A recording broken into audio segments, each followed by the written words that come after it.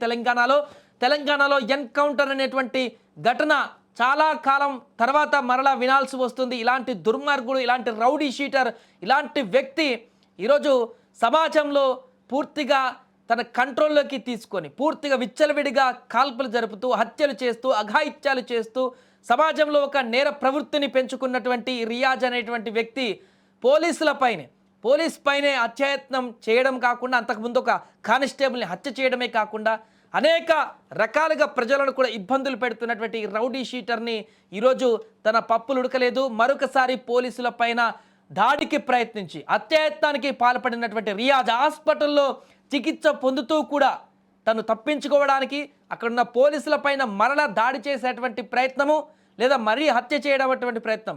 Already ఒక కానిస్టేబుల్ని చంపాడు 2 days బ్యాకే. అదే సంచలనంగా మారింది.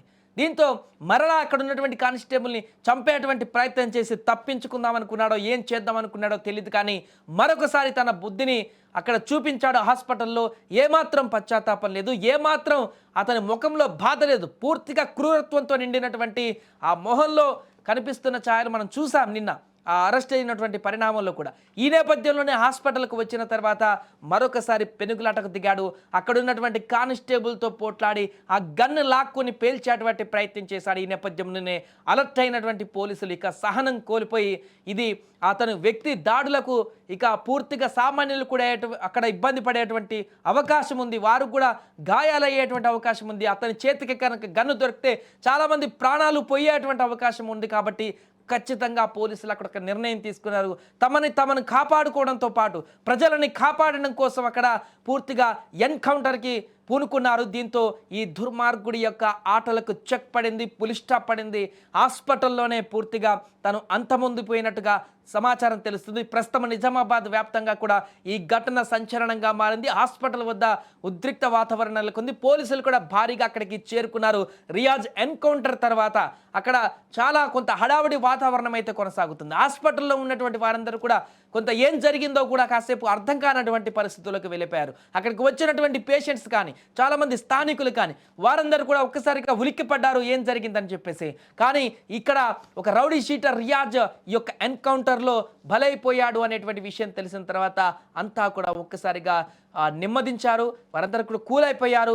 పోలీసులు ఎట్టకేలకు అతన్ని బంధించి 2 రోజుల క్రితం ఒక కానిస్టేబుల్ హత్య చేసినటువంటి ఈ యొక్క దుర్మార్గుడిని బంధించి అరెస్ట్ చేసి రిమాండ్కు తరలించేటువంటి క్రమంలోనే మరొకసారి ఈ రకమైనటువంటి తన రాక్షసత్వాన్ని ప్రదర్శించే ప్రయత్నం చేశారు. కాబట్టి రియాజ్ ఈరోజు పోలీస్ ఎన్కౌంటర్లో మరొకసారి ఇక్కడ బలైపోయినట్టుగా తెలుస్తుంది.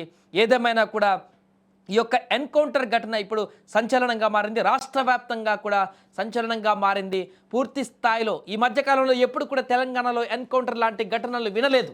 మావోయిస్టులకు సంబంధించినటువంటి ఎన్కౌంటర్ల వార్తలు విన్నామే తప్ప ఇక్కడ మన స్టేట్లో కానీ 2 స్టేట్లలో కానీ రూరల్ అర్బన్ ఏరియాలలో సామాన్య ప్రజలు ఉండేటువంటి ప్రాంతాలలో ఎన్కౌంటర్ అనేటువంటి ఘటన వినక చాలా కాలమైంది.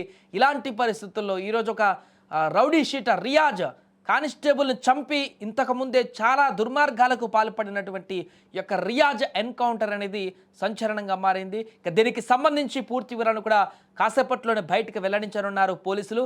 వారు ఎంత దాడికి ప్రయత్నించినా నిన్న పోలీసులు పట్టుకోవడానికి వెళ్ళినటువంటి అక్కడ ఒక బృందానికి పూర్తి స్థాయిలో అడ్డు తలిగి వారిని తప్పించుకోవడానికి నానా రకాల ప్రయత్నాలు చేసి పోలీసులతో కూడా పెనుగులాట చేసి వారిని కూడా గాయపరిచినా కూడా పూర్తి శాంతియుతంగా ఉన్నటువంటి పోలీసులు అరెస్టు చేసి హాస్పిటల్ చికిత్స కొనసాగించి రిమాండ్కు తీసుకెళ్దాం అనుకున్నారు. కానీ తన బుద్ధిలో ఏమాత్రం మార్పు లేదు. తను తప్పించుకోవడానికి ఎలాంటి దుస్సాహసానికైనా చేయడానికి పూనుకున్నాడు ఈ రియాజ్. అందుకే మరొకసారి అప్పటికే ఒక కానిస్టేబుల్ని చంపినటువంటి ఘటనలో ఉన్నటువంటి నిందితుడు మరలా అక్కడ ఉన్నటువంటి పోలీసులను చంపడానికి ప్రయత్నించాడు.